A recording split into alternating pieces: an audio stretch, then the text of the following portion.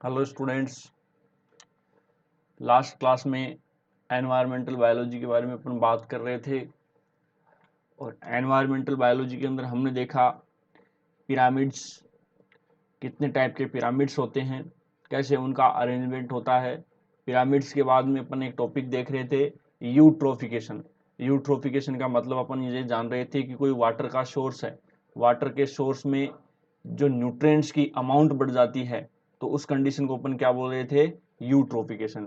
यानी कि अचानक से कोई न्यूट्रिएंट्स की अमाउंट बढ़ जाएगी और अचानक से न्यूट्रिएंट्स की अमाउंट बढ़ जाएगी तो उस कंडीशन के अंदर जो अपर साइड, अपर सरफेस पर बहुत सारे एल्गल ब्लूम यानी कि एक मोटी लेयर जम जाती है और उस मोटी लेयर की वजह से क्या होता है कि वहाँ की बायोडाइवर्सिटी है वो कंप्लीटली डिस्टर्ब हो जाती है, क्योंकि ऊपर से फिर नीचे की तरफ है वो वाटर के अंदर लाइट को जाने नहीं दिया जाएगा। लाइट को जाने नहीं दिया जाएगा तो फोटोसिंथेसिस नहीं हो पाएगा, फोटोसिंथेसिस नहीं हो पाएगा तो प्लांट्स जिंदा नहीं रह पाएंगे, और प्लांट्स जिंदा नहीं रह पाएंगे तो फिर वहाँ के एनिमल्स या एनिमल्स की डाइवर्सिटी है वो भी कम होती हुई दिखाई देगी। तो इस प्रकार से न्यूट्रिशन यूट्रोफिकेशन की डेफिनेशन के बारे में हमने बात की थी।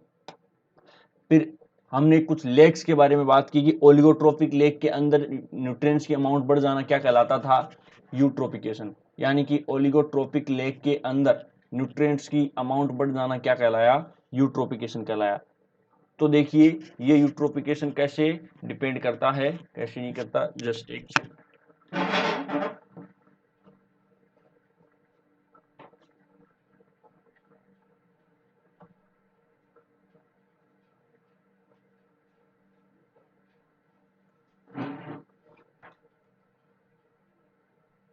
जी। तो ये एक दूसरे से कैसे मैटर करता है, तो अपन तीन लेक्स के बारे में बात कर रहे थे कि ओलिगोट्रोपिक लेक क्या होती है, मीजोट्रोपिक लेक क्या होती है और यूट्रोपिक लेक क्या होती है। ओलिगोट्रोपिक लेक होती है जहां पर मिनिमम न्यूट्रिशन होते हैं, जहाँ के अगर मिनिमम न्यूट्रिशन होंगे तो वहाँ की बायोडाइवर्सिटी भी है वो मिनिमम ही होगी, सब कुछ वहाँ का मिनिमम होगा। और मीजोट्रोपिक लेक के अंदर क्या होता है कि इंटरमीडिएट न्यूट्रिशन होते हैं, इंटरमीडिएट न्यूट्रिशन होते हैं। तो इसका मतलब क्या हो गया कि वहाँ पर आपको सब कुछ मैक्सिमम मिलेगा, अच्छी खासी बायोडाइवर्सिटी मिलेगी, एनिमल्स की लाइफ है वहाँ पर बहुत अच्छी से चलती हुई दिखाई देगी। लेकिन जो यूट्रोफिक लेक है वहाँ पर मैक्सिमम न्यूट्रिशन होते हैं। मैक्सिमम न्यूट्रिएंट होना यानी कि जैसा कि मैंने आपको बताया कि शेलफोर्ड, लिविंग्स, ये सब ने लॉ दिया कि न्यूट्रिशन कैसे हो इफेक्ट कर सकते हैं, कैसे नहीं कर सकते हैं। तो मैंने शेलफोर्ड के बारे में आपको बताया था कि उन्होंने ये बताया कि ना कि सिर्फ कम ही न्यूट्रिएंट की अमाउंट इफेक्ट करती है, बल्कि अगर ज़्यादा कोई न्यूट्रिशन की अमाउंट हो गई तो वो भी बायोडाइवर्सिटी को क्या करती है, कम करती है। इस प्रकार से यूट्रोफिक लेक के अंदर जो न्यूट्रिशन है वो तो मैक्सिमम होता है, लेकिन वहाँ की बायोडाइवर्सिटी है वो बहुत ही कम होती है। यानी कि यहाँ का न्यूट्रिशन तो मैक्सिमम होता है लेकिन वहाँ की जो बायोडाइवर्सिटी है वो बायोडाइवर्सिटी आपको बहुत ही कम दिखाई देगी। तो बात करते हैं इन डिटेल के बारे में।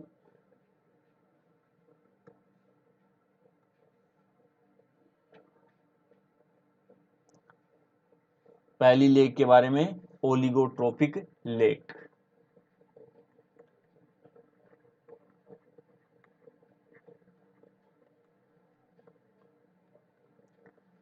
तो ओलिगोट्रोपिक लेक के अंदर क्या देखने को मिलेगा, ये मान लो ऐसे आपका एक वाटर का सोर्स है, 10,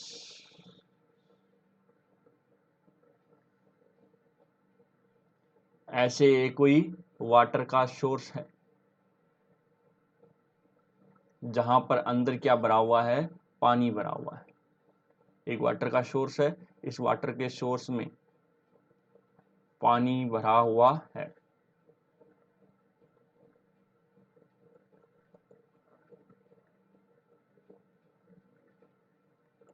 ये यहाँ तक पानी मैंने आपको कम्युनिटी के अंदर बताया है, एक्वाटिक इकोसिस्टम के अंदर उसके नाम नाम क्या होते हैं, लिटोरल जोन क्या होता है, लिमनेटिक जोन क्या होता है, एफोटिक, यूफोटिक, बेंथिक, इन सब चीज़ों के बारे में मैंने आपको बताया है। तो वो चीज़ यहाँ पर भी काम आ सकती है आपके।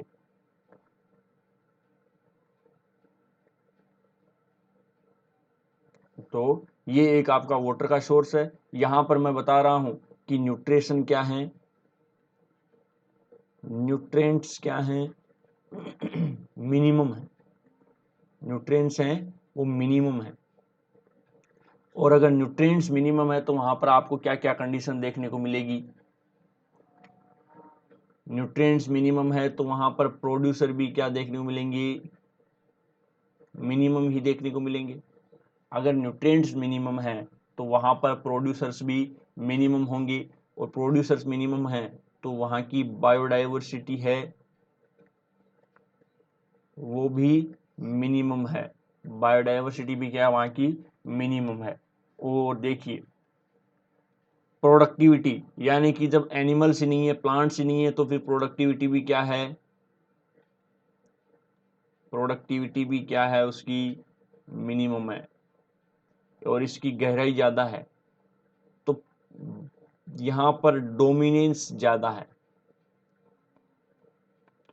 डोमिनेंस यहां पर आपको क्या देखने को मिलेगी, ज्यादा देखने को मिलेगी। डोमिनेंस ज्यादा का क्या मतलब हो गया कि बायोडाइवर्सिटी कम है, यानी एनिमल्स तो कम है, लेकिन जितने एनिमल्स हैं वो राज कर रहे हैं वहां पर, डोमिनेंस ज्यादा है। डोमिनेंस ज्यादा है तो कोई भी लोअर लेवल का एनिमल्स या कोई प्लांट्स पैदा होगा तो उसको कंपटीशन करके वहां पर मार दिया जाएगा। डोमिनेंस वहां पर ज्यादा है, यानी कि जहां पर बायोडाइवर्सिटी कम होती है ना, वहां पर डोमिनेंस ज्यादा होती है। बायोलॉजिकल ऑक्सीजन डिमांड, जिसको आप बीओडी कहते हो, बायोलॉजिकल ऑक्सीजन डिमांड है वो कम है। बायोलॉजिकल ऑक्सीजन डिमांड का क्या मतलब हो गया कि एक वाटर का सोर्स है, इस वाटर के सोर्स के अंदर बायोडाइवर्सिटी कम है, बायोडाइवर्सिटी कम है यानी एनिमल्स कम है, और एनिमल्स कम है तो उसको ऑक्सीजन की रिक्वायरमेंट भी क्या है, कम है, ऑक्सीजन की रिक्वायरमेंट कम है। इसका मतलब ऑक्सीजन की डिमांड है वो कम है। तो इसका मतलब उसी को क्या बोलते हैं, बायोलॉजिकल ऑक्सीजन डिमांड, यानी कि किसी सोर्स में ऑक्सीजन की पूर्ति खूब हो रही है, ऑक्सीजन पर्याप्त मात्रा में वहां पर प्रेजेंट है, तो इसका मतलब वहां पर ऑक्सीजन की डिमांड कम होती है। लेकिन यहाँ पर आगे देखेंगे कि न्यूट्रिएंट्स की अमाउंट बढ़ जाएगी, वहां पर पॉल्यूशन बढ़ जाएगा, पॉल्यूशन बढ़ जाएगा तो उस एनवायरनमेंट में क्या होता है कि ऑक्सीजन की डिमांड बढ़ जाती है, क्योंकि ऑक्सीजन की कमी हो जाती है, और ऑक्सीजन की कमी हो जाती है तो ऑक्सीजन की डिमांड बढ़ जाती है, तो इसका मतलब वहां की बीओडी अधिक होती है, वहां की बीओडी क्या होती है, अधिक होती है। तो ये होती है बायोलॉजिकल ऑक्सीजन डिमांड। तो यहाँ पर आप देख पा रहे हो कि बायोडाइवर्सिटी कम है, डोमिनेंस है, और प्रोडक्टिविटी कम है, प्रोड्यूसर्स भी कम है, तो इसका मतलब वहां पर क्या है, बायोलॉजिकल ऑक्सीजन डिमांड भी कम ही होती है। लेकिन बायोलॉजिकल ऑक्सीजन डिमांड कम है, इसका मतलब डिजोल्व ऑक्सीजन क्या है, ज्यादा है। यानी कि डिजोल्व ऑक्सीजन, वाटर के अंदर ऑक्सीजन ज्यादा है, इसलिए तो बायोलॉजिकल ऑक्सीजन डिमांड क्या है, कम है। और ऑक्सीजन ज्यादा है इसका मतलब पोल्यूशन क्या है, कम है। ऑक्सीजन ज्यादा है इसका मतलब पोल्यूशन कम है, और पोल्यूशन कम है इसका मतलब क्लियरिटी ज्यादा है। पोल्यूशन कम है इसका मतलब क्या है, क्लियरिटी ज्यादा है। तो इस प्रकार से आप एक ओलिगोट्रोपिक लेक को डिफाइन कर सकते हो कि उसके अंदर क्या क्या कंडीशंस होती हैं, क्या क्या नहीं होता है। अब यह बात किसकी चल रही थी, ओलिगोट्रोपिक लेक की, ठीक है। और यहां पर क्या होता है, मैक्सिमम डिस्टरबेंस होता है। इसके अंदर क्या हो गया, मैक्सिमम डिस्टरबेंस।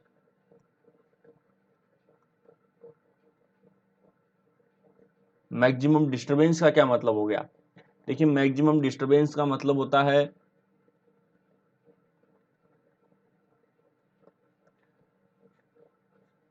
मैक्सिमम डिस्टरबेंस का सीधा सीधा मतलब ये है कि यहाँ पर स्पीसीज कैसी रह रही हैं, डोमिनेंस स्पीसीज। और डोमिनेंस स्पीसीज रह रही हैं तो कोई भी न्यू स्पीसीज या छोटे साइज के एनिमल्स हैं उनको वहां पर मार दिया जाएगा। यानी कि बायोडाइवर्सिटी तो कम है लेकिन डोमिनेंस ज्यादा है, और डोमिनेंस ज्यादा है तो इस प्रकार की लेक के अंदर आपको डिस्टरबेंस ज्यादा दिखाई देगा, यानी नेचर बैलेंस नहीं हो पा रही। इस प्रकार की कंडीशन में क्या है, नेचर बैलेंस नहीं हो पा रही। सिर्फ और सिर्फ एक ही इंसान के हाथ में ताकत आ जाती है तो नेचर क्या हो जाती है, इम्बैलेंस हो जाती है, सिस्टम क्या हो जाता है, इम्बैलेंस हो जाता है। इसी को अपन क्या बोल सकते हैं, मैक्सिमम डिस्टरबेंस। और जब एक ही आदमी के हाथ में ताकत आ जाती है तो फिर डिस्टरबेंस जो है वो ज्यादा हो जाता है। जब किसी एक ही आदमी के हाथ में ताकत आ जाती है तो वहां पर डिस्टरबेंस जो है वो मैक्सिमम हो जाता है। तो ये बातें थी किसके बारे में, ओलिगोट्रोपिक लेक के बारे में। देन नेक्स्ट बात करेंगे अपन मीजोट्रोपिक लेक। मीजोट्रोपिक लेक के बारे में हमने क्या बताया कि वहां पर जो न्यूट्रिएंट्स हैं वो इंटरमीडिएट टाइप के हैं। न्यूट्रिएंट्स हैं वो इंटरमीडिएट टाइप के हैं। यानी कि इंटरमीडिएट टाइप का क्या मतलब हो गया कि जितनी आवश्यकता है उतने न्यूट्रिएंट्स आपको मिल जाएंगे। इंटरमीडिएट टाइप के क्या मतलब हो गया कि जितनी आपको आवश्यकता है उतने न्यूट्रिएंट्स मिल जाएंगे, ना तो कम है और ना ही ज्यादा है। तो देखिए ये अपना एक वाटर का सोर्स था, वहां पर आपको क्या है वाटर का सोर्स है, और वाटर के सोर्स के अंदर अपन ये एक वाटर की अमाउंट है।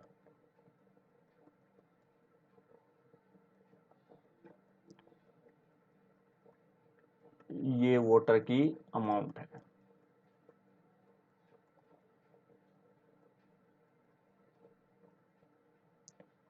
ये हो गई वाटर की अमाउंट। अब यू मीजोट्रोफिक लेक की अपन बात कर रहे हैं, तो इसका मतलब क्या समझना है आपको? आप अगर मीजोट्रोफिक लेक की बात कर रहे हो तो आपको क्या समझना है? इसका मतलब सीधा सीधा ये समझना है अपने को कि इंटरमीडिएट न्यूट्रिएंट है, इंटरमीडिएट न्यूट्रिएंट्स।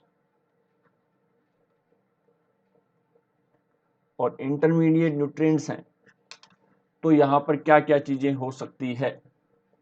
इंटरमीडिएट न्यूट्रिएंट्स हैं तो वहां पर आपको दिखेगी कि मैक्सिमम बायोडायवर्सिटी यहाँ पर होती है, मैक्सिमम बायोडायवर्सिटी यहाँ पर होती है। यहाँ पर डोमिनेंस नहीं होती, डोमिनेंस नहीं होती तो मैक्सिमम स्टेबिलिटी यहाँ पर आपको देखने को मिलती है, मैक्सिमम स्टेबिलिटी यहाँ पर देखने को मिलती है। और मैक्सिमम प्रोडक्टिविटी भी आपको यहाँ पर देखने को मिलती है। मैक्सिमम प्रोडक्टिविटी मिलेगी, मैक्सिमम स्टेबिलिटी मिलेगी, मैक्सिमम बायोडायवर्सिटी मिलेगी, and moderate disturbance, moderate disturbance. क्योंकि यहाँ पर सिर्फ एक आदमी ताकतवर नहीं है, उसके साथ साथ में बहुत सारे ताकतवर हैं, तो उसको डर लगेगा कि मेरे अलावा यहाँ पर कुछ और भी हैं, तो वो डिस्टरबेंस है वो कम कर देगा। डिस्टरबेंस क्या है? कम कर देगा। जहाँ पर डोमिनेंस ज़्यादा होती है डिस्टरबेंस वहाँ ज़्यादा होता है, जहाँ पर क्या होती है डोमिनेंस ज़्यादा होती है वहाँ पर डिस्टरबेंस भी ज़्यादा होता है। तो ये बातें थी किसके बारे में? मीजोट्रोपिक लेक के बारे में। तो यानी कि मीजोट्रोपिक लेक जो है वो एक आइडियल लेक है जहाँ पर एक एनिमल इजीली लाइफ को सर्वाइव कर सकता है, इजीली क्या कर सकता है, इजी वे में लाइफ को सरवाइव कर सकता है। देन किसकी बात करेंगे अपन? यूट्रोफिक लेक के बारे में कि यूट्रोफिक लेक क्या है। तीसरी लेक कौन सी थी? Eutrophic lake. यूट्रोफिक लेक के अंदर आप क्या देखोगे? ये एक वाटर का सोर्स है, ये आपका कोई एक है वाटर का सोर्स, और इसके अंदर पानी भरा हुआ है।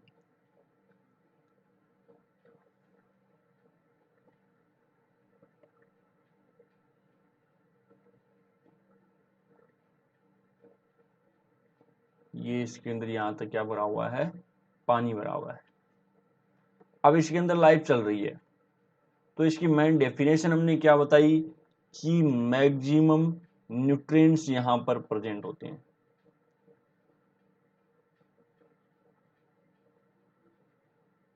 यहां पर मैक्सिमम न्यूट्रिएंट्स होते हैं, और मैक्सिमम न्यूट्रिएंट्स होते हैं तो यहां गड़बड़ है। देखिए क्या ड्रॉबैक होगा मैक्सिमम न्यूट्रिएंट्स का? तो यहां पर मैक्सिमम न्यूट्रिएंट्स होने की वजह से एल्गल ब्लूम बन जाती है। न्यूट्रिएंट्स होने की वजह से न्यूट्रिएंट्स हैं वो ऊपर एल्गी लेता रहेगा उनको, और वो बहुत ज्यादा ग्रोथ कर लेगा, और बहुत ज्यादा ग्रोथ कर लेगा तो इस पानी के ऊपर ये इस पानी के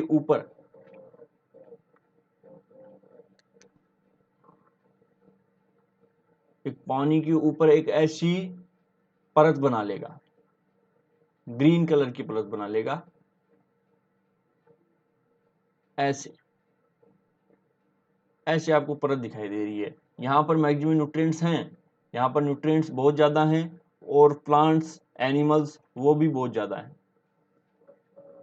यहाँ कुछ प्लांट्स हैं जो इसके अंदर आराम से क्या कर रहे हैं, ग्रो कर रहे हैं।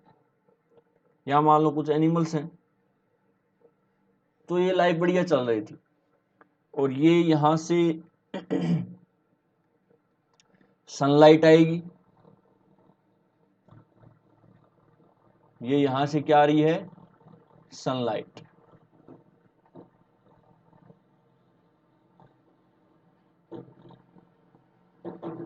ये आपकी सनलाइट आई हुई है,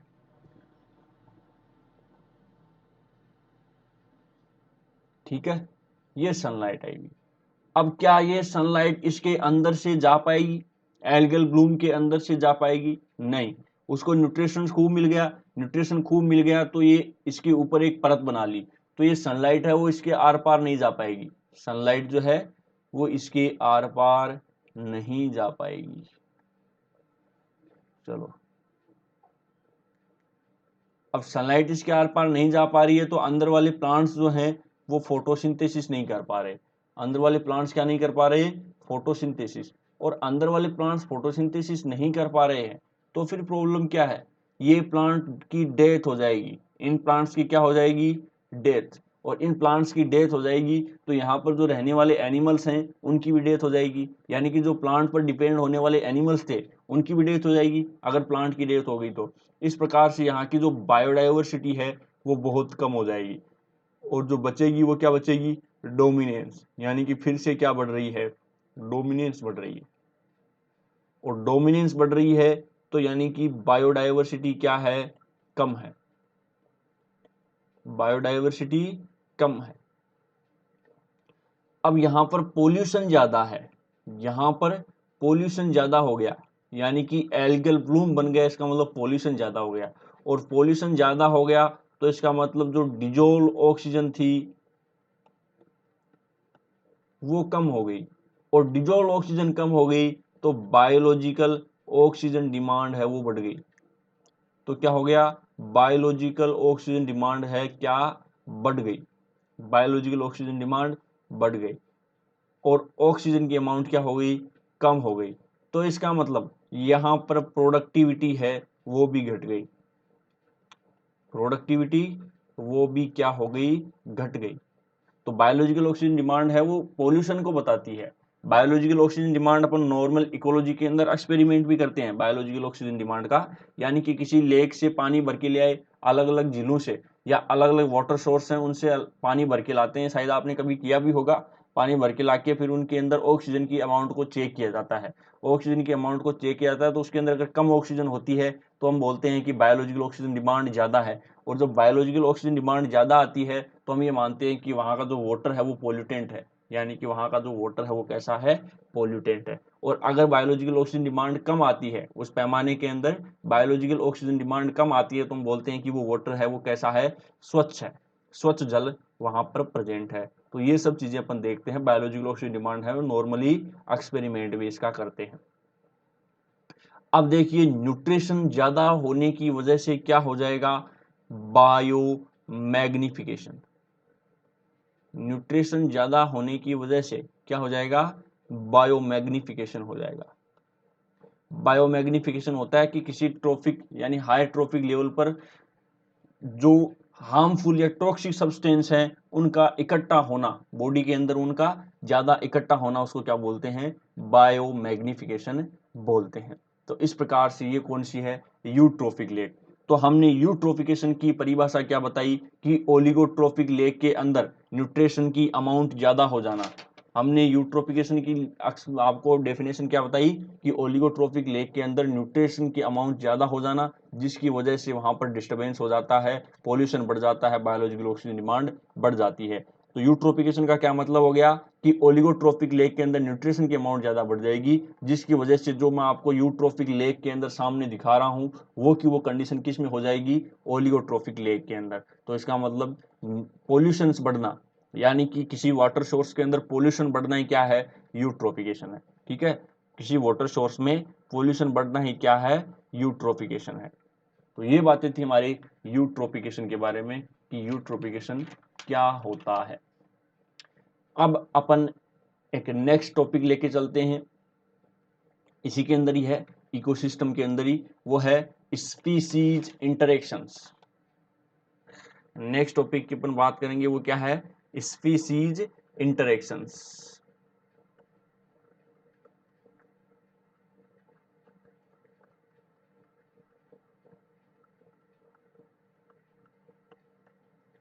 स्पीसीज इंटरेक्शन यानी कि जैसा कि मैंने आपको बताया कि इकोसिस्टम के अंदर अपन किस चीज की स्टडी कर रहे हैं, अलग अलग स्पीसीज के मेंबर प्रेजेंट हैं और अलग अलग स्पीसीज के मेंबर प्रेजेंट हैं तो उसकी स्टडी करेंगे कि वो एक दूसरे को कैसे इफेक्ट कर रही हैं। जैसे कि यूट्रोफिकेशन के अंदर भी हमने देखा कि एक चीज है वो दूसरी स्पीसीज को कैसे इफेक्ट कर रही हैं, यानी कि उनका इंटरेक्शंस की स्टडी कर रहे हैं। इकोसिस्टम में अपन क्या कर रहे हैं, इंटरेक्शंस की स्टडी कर रहे हैं। तो इंटरेक्शंस की स्टडी करेंगे तो स्पीसीज इंटरेक्शंस, इसके अंदर अपन ये देखेंगे कि इकोसिस्टम के अंदर दो या दो से अधिक टाइप की स्पीसीज प्रेजेंट हैं तो वो स्पीसीज एक दूसरे को कैसे इंटरेक्ट कर रही हैं, कैसे इफेक्ट कर रही हैं। या तो वो क्या कर सकती हैं, सिर्फ दो कंडीशन या तीन कंडीशन हो सकती हैं। एक तो एक स्पीसीज है वो दूसरी स्पीसीज को हानि पहुंचा रही है, या एक स्पीसीज दूसरी स्पीसीज को लाभ पहुंचा रही है, या फिर एक स्पीसीज दूसरी स्पीसीज को किसी भी प्रकार से कोई इंटरेक्ट नहीं कर रही।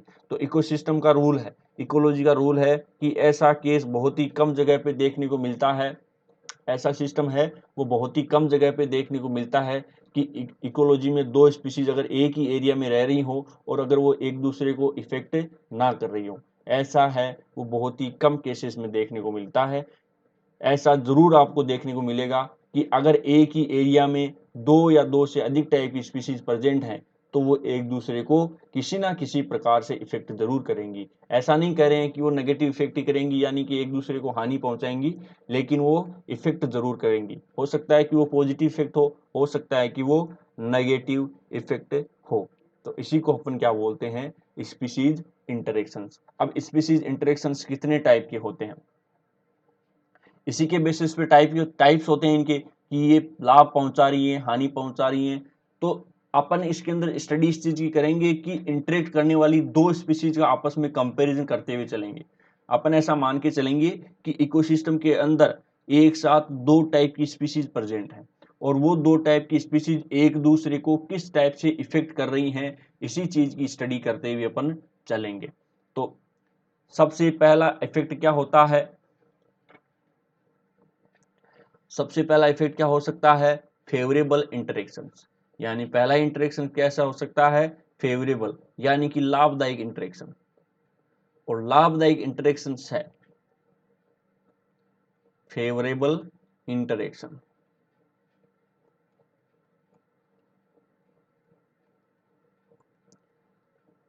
फेवरेबल इंटरेक्शंस के अंदर आपको क्या देखने को मिल सकता है कि जो स्पीसीज 1 एंड स्पीसीज 2 दोनों स्पीसीज इंटरेक्ट कर रही हैं, उन दोनों को क्या हो रहा है, फायदा हो रहा है। दोनों को एक दूसरे से क्या हो रहा है, फायदा हो रहा है। इसको अपन क्या बोल सकते हैं, फेवरेबल इंटरेक्शंस। दूसरा क्या हो सकता है, अनफेवरेबल इंटरेक्शंस। दूसरा इंटरेक्शंस कैसा हो सकता है, अनफेवरेबल इंटरेक्शंस।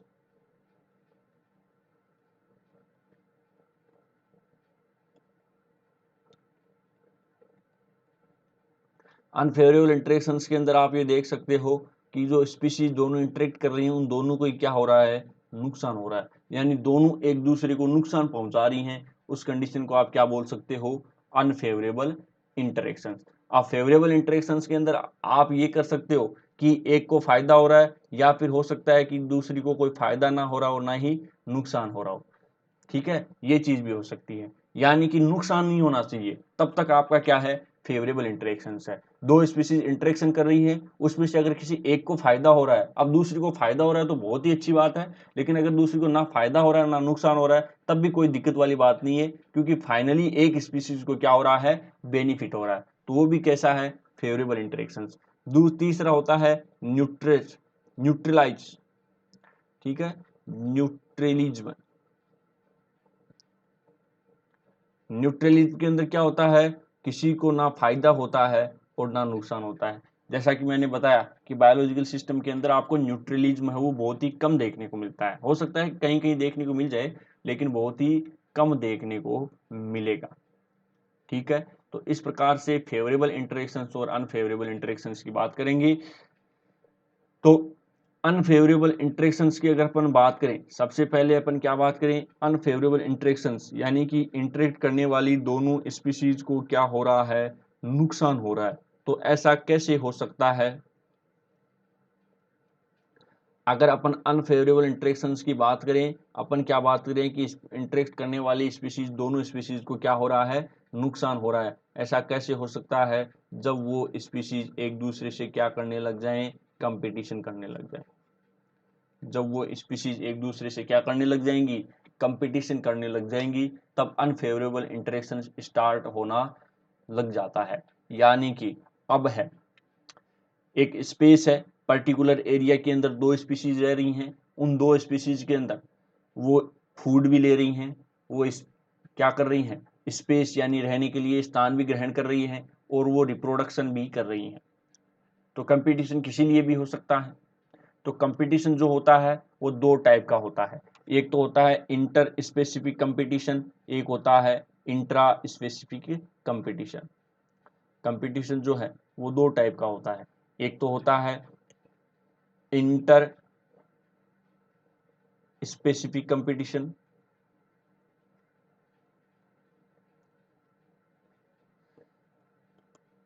एंड दूसरा होता है इंट्रा स्पेसिफिक कंपटीशन।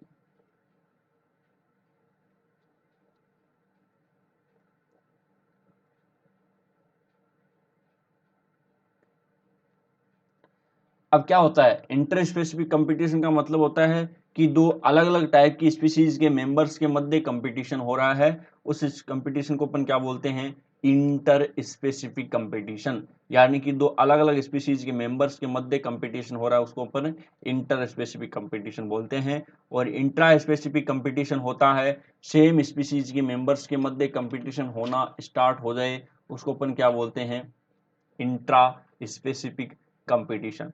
अब देखिए किस बारे में बात करें, पहले इंटर स्पेसिफिक कंपटीशन कि इंटर स्पेसिफिक कंपटीशन क्या होता है। इंटर स्पेसिफिक कंपटीशन क्या होता है?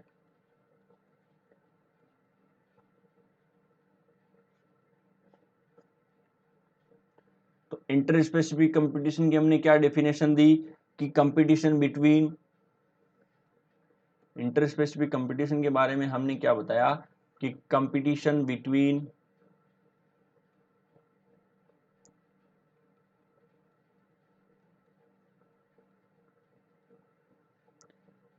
टू डिफरेंट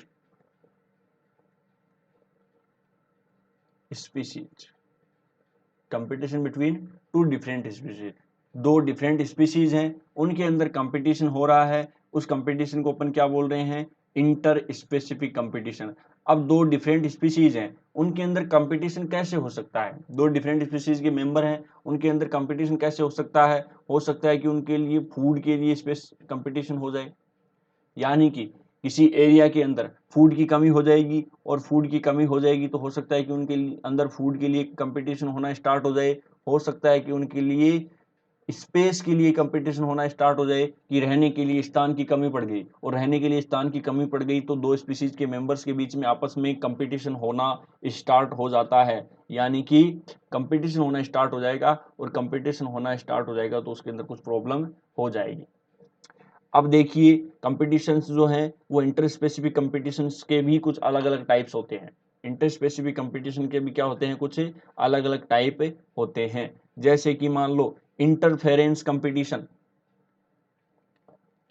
पहला कंपटीशन कौन सा होता है इंटर स्पेसिफिक कंपटीशन के अंदर, interference competition. Interference competition, interference competition के अंदर क्या होता है, इंटरफेरेंस कंपटीशन में होगा क्या होगा, कि डायरेक्ट एक दूसरे के स्पीशीज के मेंबर के मध्य सब चीज़ों के लिए कंपटीशन होता है, यानी कि डायरेक्ट ही एक दूसरे में हर चीज़ के लिए कंपटीशन हो जाएगा। हो सकता है किसी रिसोर्स के लिए हो जाए, हो सकता है किसी स्पेस के लिए हो जाए। इंटर स्पेसिफिक कंपटीशन कभी भी रिप्रोडक्शन के लिए नहीं होता है, क्योंकि डिफरेंट स्पीशीज के मेंबर हैं, तो डिफरेंट स्पीशीज के मेंबर की फीमेल भी अलग होती हैं, मेल भी अलग होती हैं। तो जो अलग अलग स्पीशीज के मध्य होने वाला कंपटीशन है वो कभी भी मेटिंग पार्टनर के लिए नहीं होता, मेटिंग पार्टनर कभी भी नहीं होता। तो डायरेक्टली इंटरेक्ट कर रही हैं, दो स्पीशीज हैं वो डायरेक्ट ही कंपटीशन कर रही हैं, आपस में लड़ झगड़ के कंपटीशन कर रही हैं, उसको अपन क्या बोलते हैं, interference competition. Then next interspecific competition है, उसका नाम है एक्सप्लॉइटेशन कंपटीशन।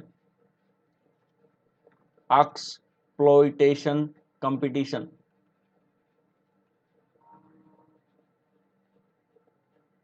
एक्सप्लॉइटेशन कंपटीशन का अंदर क्या होता है, इसके अंदर कंपटीशन होता है कि सिमिलर रिसोर्स के बारे में या सिमिलर रिसोर्स के लिए क्या करें, कंपटीशन करें। कि नेचर के अंदर हो सकता है कि कुछ सिमिलर रिसोर्स प्रेजेंट हैं, सेम ही टाइप के रिसोर्स हैं, जैसे कि मान लो पानी पीने के लिए तालाब है वो सेम है, खाने के लिए भी रिसोर्स है सेम है, रहने के लिए स्थान है सेम है। तो सिमिलर लिमिटेड रिसोर्स के लिए क्या करने लग जाएं, कंपटीशन करने लग जाएं, तो उसको अपन क्या बोलते हैं, exploitation competition. Similar limited resource present हैं, सिमिलर लिमिटेड अगर रिसोर्स प्रेजेंट हैं तो उनके लिए अगर कंपटीशन हो जाए तो उसको क्या बोलते हैं, एक्सप्लॉइटेशन कंपटीशन। यानी कि लिमिटेड फूड है लेकिन एक ही जगह पे पाई जा रहा है, लिमिटेड पानी है यानी कि एक तालाब है वो एक ही जगह पे प्रेजेंट है और एक ही जगह से दो स्पीशीज को पानी पीना है, तो वो एक दूसरे से क्या करेंगी, कंपटीशन करेंगी। यानी कि रिसोर्स सिमिलर है, सारे के सारे रिसोर्स सिमिलर हैं और उन ही कंडीशन के अंदर दो अलग अलग स्पीशीज को सर्वाइव करना है, तो उसके लिए उसके अंदर फिर क्या होना जाएगा, एक्सप्लॉइटेशन कंपटीशन। देन तीसरा कंपटीशन है,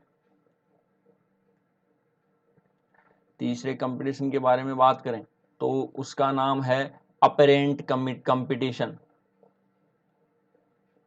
अपेरेंट कंपटीशन, अपेरेंट कंपटीशन के अंदर क्या होता है कि दो स्पीशीज हैं वो सेम रिसोर्स के लिए कंपटीशन कर रही हैं, लेकिन एक कॉमन प्रीडेटर होता है। क्या होता है, एक कॉमन प्रीडेटर,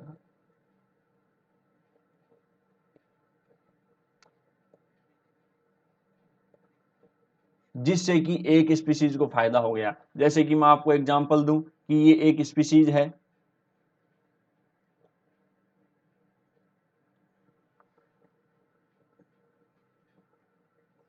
ये दो स्पीशीज हैं, ये दोनों सिमिलर रिसोर्स के लिए क्या कर रही थी, कंपटीशन कर रही थी। ये दोनों स्पीशीज है वो सिमिलर रिसोर्स के लिए कंपटीशन कर रही थी।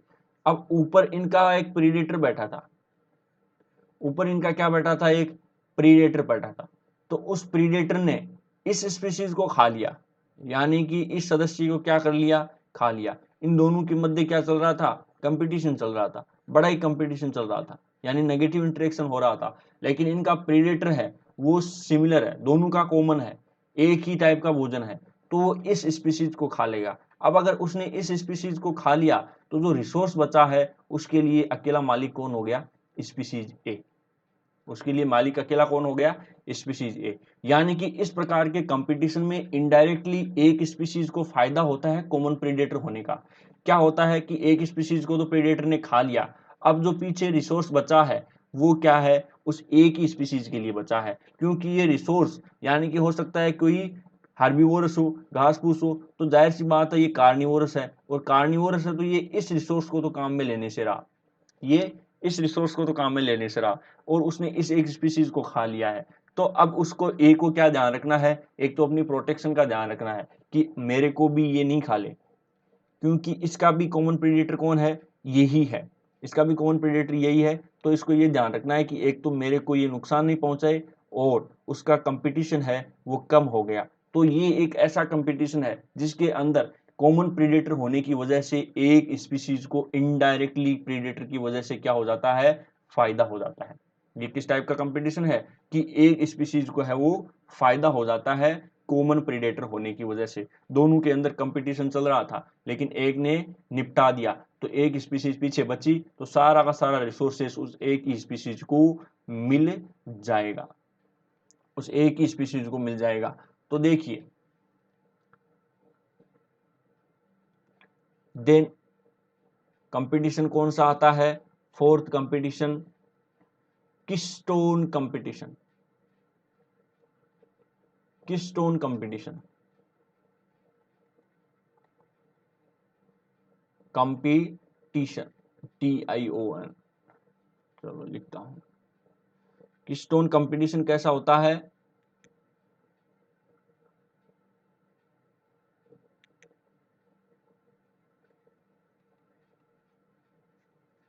किस्टोन स्पीशीज के बारे में मैंने आपको बताया कि जो टॉप ट्रॉफिक लेवल पे प्रेजेंट कार्निवोरस स्पीशीज है, जो बड़ी स्पीशीज है, उसको अपन क्या बोलते हैं, किस्टोन स्पीशीज। यानी कि टॉप ट्रॉफिक लेवल पर जो स्पीशीज होती थी उसको किस्टोन स्पीशीज बोलते थे, और वो कंप्लीट इकोसिस्टम को रेगुलेट करने का काम कर रही थी। किस्टोन स्पीशीज क्या काम कर रही थी, कंप्लीट इकोसिस्टम को रेगुलेट करने का काम कर रही थी। अगर हमने उस किस्टोन स्पीशीज को हटा रहे थे तो जो पीछे बची हुई स्पीशीज है यानी पूरा इकोसिस्टम कोलैप्स हो पा रहा था। यानी कि ये बहुत सारी स्पीशीज थी, ये इतनी बहुत सारी स्पीशीज हैं ABCD, और इनके ऊपर कुछ और स्पीशीज हैं, यानी कि उनके अंदर कुछ और स्पीशीज हैं PQR, और इनके सबके टॉप पर क्या बैठी है, एक किस्टोन स्पीशीज बैठी है। सबके टॉप पर क्या बैठी है, एक किस्टोन स्पीशीज। अब ये किस्टोन स्पीशीज क्या कर रही थी, जब कंपटीशन इनमें बढ़ रहा था तो किस्टोन स्पीशीज ने इसको खा लिया। किस्टोन स्पीशीज ने क्या कर लिया, इसको खा लिया, तो मामला बैलेंस हो गया, यानी रिसोर्स फिर से लिमिटेड हो गए, क्योंकि ये किसको खा रही हैं, इनको खा रही हैं। तो इनके अंदर कंपटीशन बढ़ेगा ABCD को खाने का, ABCD को खाने का कंपटीशन बढ़ेगा, तो फिर क्या होगा, उनके अंदर कंपटीशन इंक्रीज होगा। तो किस्टोन स्पीशीज ने इनको खा लिया, तो एक तो इनके अंदर कंपटीशन हो गया कम, एक तो क्या हो गया, इनके अंदर कंपटीशन हो गया कम, और अगर इनके अंदर कंपटीशन कम हो गया तो क्या होगा, इनके अंदर भी क्या है, ये भी आराम से ग्रोथ कर पाएंगे, ये भी क्या कर पाएंगे, आराम से ग्रोथ कर पाएंगे, क्योंकि इनको भी बैलेंस किसने करके रखा हुआ है, इन PQ ने। अगर ग्रोथ ज्यादा हुई तो ये इनको खाते रहेंगे, क्योंकि किस्टोन स्पीशीज ने सबको तो खाया नहीं है, तो ये इनको खाते रहेंगे। अगर हमने किस्टोन स्पीशीज को यहां से रिमूव कर दिया, मान लो हमने किस्टोन स्पीशीज को यहां से रिमूव कर दिया, तो क्या होगा, ये अपने नंबर बढ़ाएंगे, इनके नंबर अपने आप ही बढ़ जाएंगे, क्योंकि इनको कोई खाने वाला मारने वाला ही नहीं है। और अगर इनको कोई मारने वाला नहीं है तो फिर ये सारा का सारा भोजन यहां से चट कर जाएंगे, ये जो नीचे वाला है उस सब को खत्म कर देंगे, क्योंकि इनका भोजन ये नीचे वाला है, और ये भोजन इनको खत्म कर दिया, तो इसका मतलब ये क्या हो गए, खत्म हो गए। ये खत्म हो गए तो फिर इनको खाने के लिए कुछ नहीं मिलेगा, तो इनमें आपस में कंपटीशन होगा, और इनमें आपस में कंपटीशन होगा, तो इसका मतलब ये भी क्या हो गए, खत्म हो गए। यानी कि एक किस्टोन स्पीशीज के रिमूव होने की वजह से नीचे वाले जो इकोसिस्टम है वो पूरा का पूरा इकोसिस्टम कोलैप्स हो गया, यानी कि पूरा का पूरा इकोसिस्टम है वो गायब हो गया। तो इस प्रकार से जो किस्टोन स्पीशीज हैं, बड़े मांसाहारी प्राणी हैं, वो ऐसे ही नहीं है, बड़े मांसाहारी प्राणियों ने पूरा नेचर कंट्रोल करके रखा हुआ है, इसीलिए तो लाखों करोड़ों रुपए खर्च करते हैं बड़े मांसाहारी प्राणियों को प्रिजर्व करने के लिए, रिजर्व करने के लिए। वो इसीलिए किया जाता है ताकि जो आपका इकोसिस्टम है वो बैलेंस बना रहे। अगर वो खत्म हो गए तो फिर पूरा इकोसिस्टम जो है वो इम्बैलेंस हो सकता है। तो ये थी हमारी कुछ कम्युनिटी और इकोसिस्टम के बारे में बातें। नेक्स्ट इकोसिस्टम के अंदर स्पीशीज इंटरेक्शंस बचा हुआ है, बहुत से टाइप के स्पीशीज इंटरेक्शंस और भी हैं जिनकी अपन नेक्स्ट क्लास में बात करते हैं। तो आप स्टडी करते रहिए, पढ़ाई करते रहिए। Thank you so much. Next class में अपन मिलते हैं।